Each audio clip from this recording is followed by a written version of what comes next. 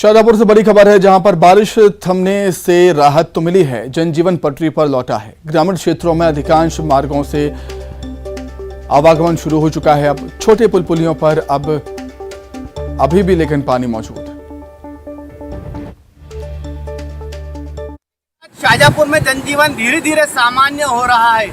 आज मौसम पूरी तरीके से खुला हुआ है और धूप निकली हुई है, लेकिन बारिश के कारण जो लोगों को परेशानी हुई उसके निशान अब भी बरकरार है। बहुत बुरा इलाका है जहां पर बारिश के बाद जो छोटी गुमटियां थी, दुकानें थी, उन तक पानी पहुंचा है और अब दुकानदार जो है धीरे धीरे अपनी दुकानों से पानी निकालने में जुटे हैं, कीचड़ साफ करने में जुटे हैं। नगर पालिका का अमला भी लगातार जो है विभिन्न इलाकों में फैली कीचड़ और गंदगी को साफ करने में जुटा है। नदी नालों का जल स्तर कम जरूर हुआ है, लेकिन अभी भी पुल पुलियाओं के ऊपर पानी बरकरार है। मौसम विभाग का जो ताज़ा अनुमान है उसके मुताबिक जो सिस्टम बारिश का बना था वो कहीं ना कहीं अब ब्रेक हो गया है और आगे मौसम साफ रहने की उम्मीद है। लेकिन बारिश के कारण जो लोगों को परेशानी हुई थी उससे पार पाने के लिए लोगों को अब भी जद्दोजहद करनी पड़ रही है। सुनील लंचोरिया, न्यूज़ 18 मध्य प्रदेश।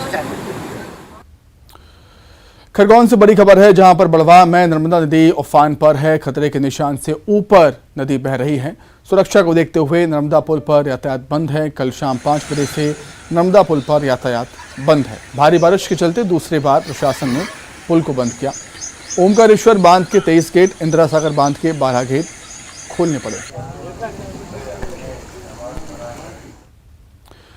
विदिशा की बात करें, यहां पर बाढ़ के हालात में सुधार नहीं हुआ है। बेतवा नदी का वाटर लेवल में मामूली से कमी जरूर आई है, लेकिन अभी भी सड़कों पर पानी भरा हुआ है।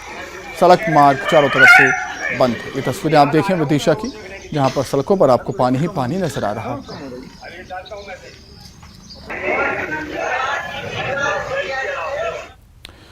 भोपाल में भारी बारिश के बाद नुकसान की तस्वीरें अब सामने आ रही हैं। तेज बारिश से निचले इलाकों में लोगों के घर मकान गिर गए। बारिश के चलते निचले इलाकों में घर डूब गए थे। पानी भरने से निचले इलाकों के मकान अब टूट गए।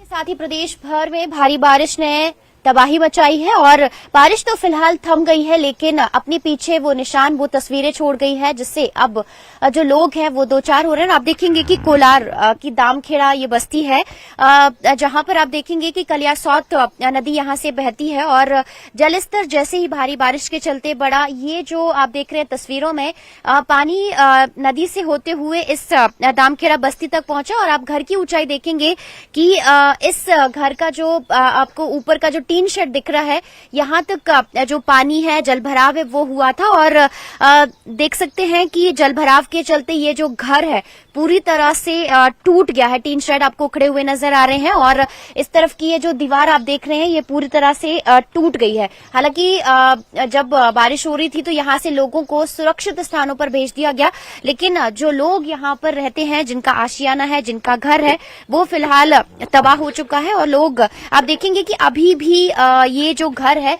यहाँ पर आपको मिट्टी नजर आ रही है और मिट्टी का ये जो ढेर है वो यहाँ पर नजर आ रहा है और यहाँ पर ये जो दीवार है वो टूटी हुई है और इस घर को फिर से बनाना पड़ेगा, फिर से इस घर को बसाना पड़ेगा। लेकिन जो लोग हैं कितनी परेशानी में हैं और किस तरीके से उनका ये जो घर है बस सकेगा।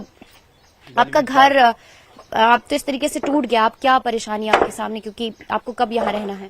अब रहना क्या है, न कुछ मिला भी नहीं है। सरकार ने 2020 में भी कुछ नहीं दिया, अभी 2022 चल रही है, अभी भी कुछ नहीं दिया। और बस हाल फिलहाल सरकारी स्कूल में रहे 10-15 दिन, वहाँ से अभी मंडी शिफ्ट करे हैं। 3-4 दिन हुए हम लोगों को, तो वो हमें अभी मिली नहीं, दूसरे के में करे हाल फिलहाल।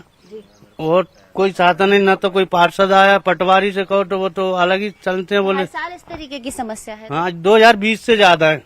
14 साल से पहले रह रहे इतनी नहीं मिलती थी, जो अब 2020 से ज्यादा तबाही है ये पानी की। भैया, आप इस बस्ती में किस तरीके की समस्या है? घर आधे से ज्यादा टूटे हुए हैं। जी मैडम, यहाँ पूरे टूट गए हैं, आधे से ज्यादा टूट गए हैं। पिछली बार ये पटवारी वगैरह ने हम लोगों का लिखा है कि 50-50 किलो अनाज दिया गया था हमें पिछली बार में, हमें जबकि कुछ नहीं दिया गया। तो बिल्कुल आप देखेंगे कि भारी बारिश तो थम गई है, बारिश का दौर भी थम गया है, लेकिन अपने पीछे वो तस्वीरें, वो अंश जरूर छोड़ गए हैं।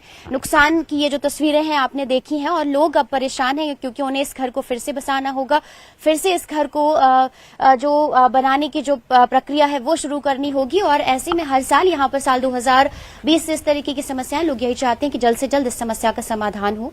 कैमरामैन संजय नामदेव के साथ रंजना दुबे, न्यूज 18 भोपाल।